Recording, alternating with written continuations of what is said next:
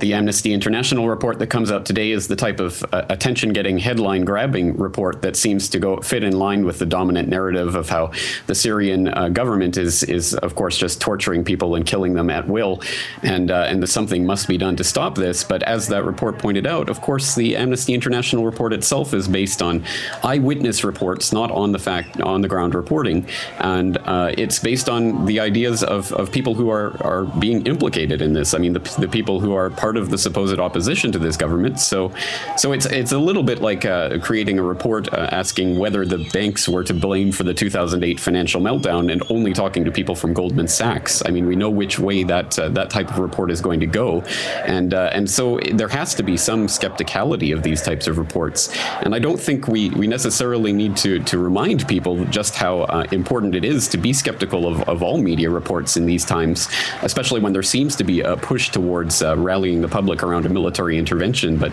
again, it has happened time and time and time and time again in recent history, even, let alone longer periods of history.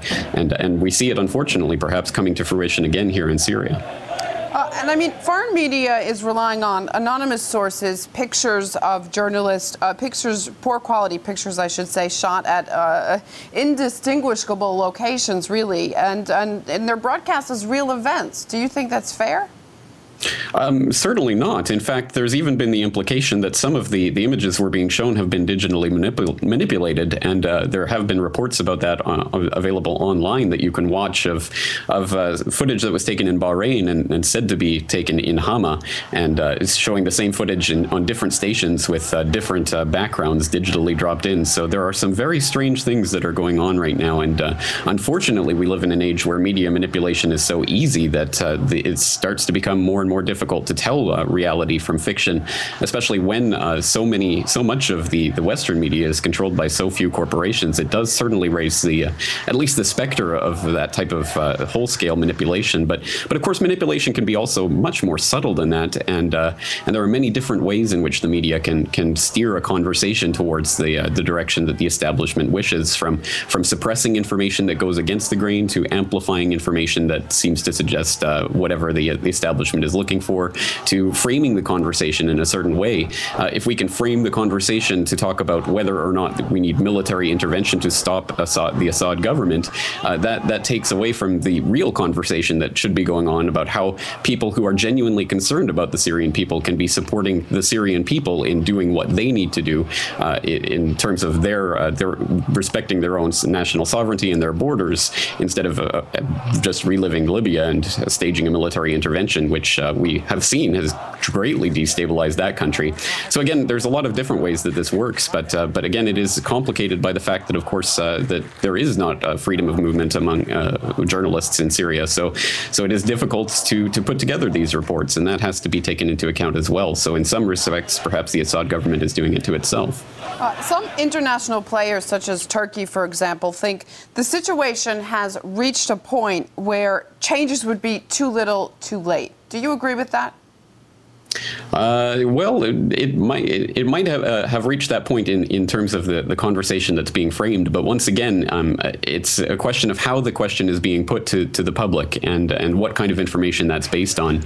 And once again, I mean, there are many different ways that can be done. And it's not to say that the idea that information that's contrary to the official narrative of the Assad government attacking peaceful protesters is necessarily completely suppressed. Sometimes we see that. There was an April report from the AFP that showed that the U.S. State Department has been funding the Syrian opposition and opposition in other of these supposed spontaneous Arab uprisings to the tune of $50 million.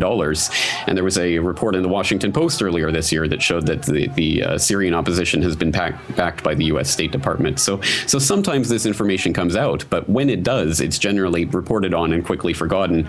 Whereas anything that shows that even the suggestion that Assad is just killing people at random and willy-nilly in Syria is given a lot of amplification. So we see how that works, and then that changes the way that we can even look at the situation, whether it's too little, too late, and that sort of thing. It really depends on our understanding of what's happening in the country, which again is being completely framed by the media. Just briefly now, the Syrian government says armed groups are to blame for instigating bloodshed during these demonstrations. Do you think that could be the case, or at least part of it? Well, we certainly have to look at that possibility, especially when you ask yourself what possible reason the Assad government would have for attacking peaceful protesters while the scrutiny of the entire world is upon them, and the threat of military intervention is at least out there and on the table as these economic sanctions are closing in. What would be the point of this continued harsh crackdown? It does suggest that that destabilization could be happening by armed snipers and others being inserted into these situations in order to blame on the Assad government. And if that's the case, then it certainly is working beautifully and is being reported on by Western media in a very unquizzical way. And that's why it's incumbent on the public to always be skeptical of these types of reports and to try to piece together things from many different sources. All right, some very interesting points. James Corbett, Osaka-based editor of the independent news website CorbettReport.com. Thank you.